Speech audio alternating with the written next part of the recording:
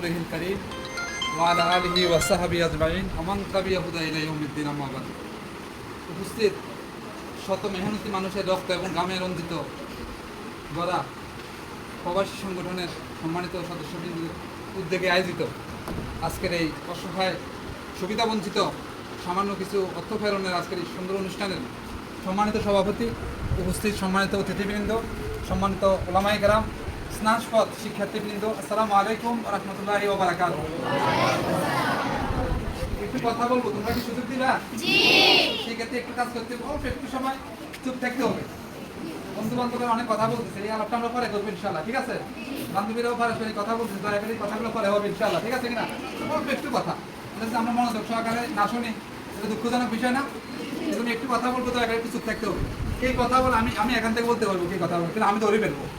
লজ্জা পাইবে না? চুপ থাকবে, চুপ থাকবে না?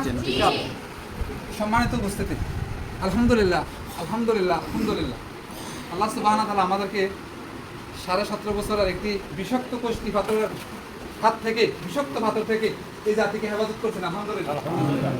এই পাথর সরার পর থেকে চিন্তা করতেছি এই নতুন স্বাধীনের একটু হাওয়া গ্রহণ করার জন্য এখানে দেশে আসবে ইনশাআল্লাহ।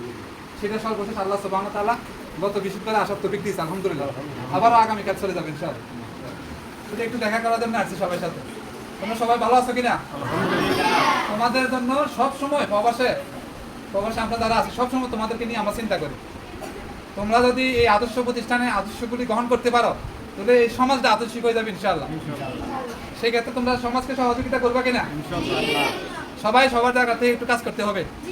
তাহলে এই গ্রামে রঞ্জিত প্রবাসীরা যে এত কষ্ট করে তোমাদের জন্য একটু সাহায্যের হাত বাড়ায়, তারা উৎসাহিত হবে ইনশাআল্লাহ।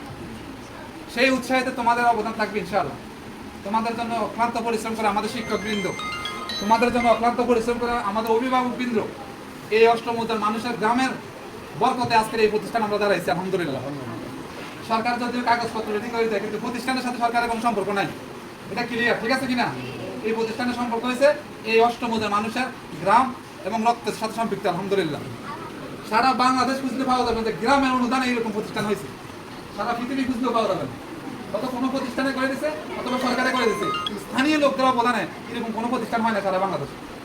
এই আদর্শ গ্রামের আদর্শ মানুষের যে আদর্শিকতা, সেটাকে টিকিয়ে রাখার জন্য আমাদের যার যার অবস্থান থেকে কাজ চালিয়ে যেতে হবে ইনশাআল্লাহ। কোনো রকমের প্রতিবন্ধকতা আনা যাবে না। সেই জন্য তোমরা যারা আগামী প্রজন্ম, তোমাদেরকে এই আদর্শগুলো বুঝতে হবে। কথা বলিও না প্লিজ, এই সোজা বলা কথা বলিও না কেউ, এগুলো সবসময় খেয়াল করতে হবে আমাদেরকে, ঠিক আছে কিনা? এই যে মূল মেসেজটা যেটা দিতে চাচ্ছি, এই যে প্রবাসী ভাইরা তোমাদের জন্য এই চিন্তা করতেছে, তাদেরও তো একটা হক আছে, সেই হকটা তোমরা দিবে কিনা? এখানে এই সমস্ত লোকেরাই তোমাদের জন্য অনুদান দেয়, যারা মাত্র 20-30 হাজার টাকা বেতন পায়, সর্বোচ্চ 50,000 টাকা বেতন, যারা অনুদান দেয় বেশি পায়। অথচ দেশে 2 লক্ষ টাকা সরকারি চাকরি বেতন পায়, তার কাছ থেকে কিন্তু 5 টাকা মারা সামনে নিতে পারে না। বিশেষ করে এই ক্ষেত্রে, অন্য ক্ষেত্রে দেয়, ঠিক আছে। আমাদের দায়িত্বশীল দেশেও আছে, আমার ছোট ভাই দেশেও আছে, কিন্তু স্থানীয়ভাবে কারো থেকে টাকা পায় না, একমাত্র আলমগীর মজুমদার ছাড়া। আর অনেক কেউ দেয় না, সবাইকে প্রবাসীরা দিব। আমি কথাটা এই জন্য বলছি, সম্মানিত উপস্থিতি, মাত্র 20 থেকে 50 হাজার টাকা বেতন পেয়ে মাসে 1,500 টাকা নিয়মিত এই সংগঠনকে দিতেছে। উদ্দেশ্য কি? উদ্দেশ্য একটাই, যাতে করে এই অর্থের মাধ্যমে তোমরা উপকৃত হও। এখন যদি আমরা শুনি, এখন যদি কোনো প্রবাসী শোনে তোমাদেরকে অনুদান দেয়, আর তোমরা ওই যে বেকার মন্ত্রী এই দিকে গিয়ে দুষ্টামি করো, তখন কি আমাদের মনটা ঠিক থাকবে কিনা? এখানে নেট লাগাইতে হবে, নেট না থাকলে এখানে ব্ল্যাক হবে, অথবা এখান থেকে কিছু হতে পারে, তখন কি আমরা ভালো লাগবে নাকি? তোমরা কি আমাদেরকে এই প্রতিশ্রুতি দিবা যে মাদ্রাসা ঐতিহ্য তোমরা টিকে রাখবা? এই প্রতিশ্রুতি দিবা কিনা তোমরা আজকে? সবাইকে ওয়াদাবদ্ধ হইতে হবে, আল্লাহ আমাদের জন্য যারা এত কষ্ট করে, শিক্ষক, অভিভাবক, প্রবাসী ভাইয়েরা, আমরা তোমাকে সাক্ষী রেখে বলতেছি, আমরা এই প্রতিষ্ঠানে আদর্শ টিকে রাখবো ইনশাআল্লাহ। আমরা অনাকাঙ্ক্ষিত আর কোনো ঘটনা যাতে এই মাদ্রাসা থেকে না পাই, এটা কি আল্লাহর কাছে আজকে ওয়াদাবদ্ধ করতে হবো, পারবো কিনা? এবং কি আরো কাজ আছে, আরো কথা আছে। এটা হলো একটা ধর্মীয় প্রতিষ্ঠান। এটা কি প্রতিষ্ঠান? না কোনো কিন্ডার গার্ডেন, কেজি, 1/2 কেজি, আধা কেজি, এগুলো প্রতিষ্ঠান আছে না? এগুলো আর এই প্রতিষ্ঠানকে এক নাকি? ধর্মীয় প্রতিষ্ঠানকে নষ্ট করার জন্য 2009 সাল থেকে চক্রান্ত শুরু হয়েছে।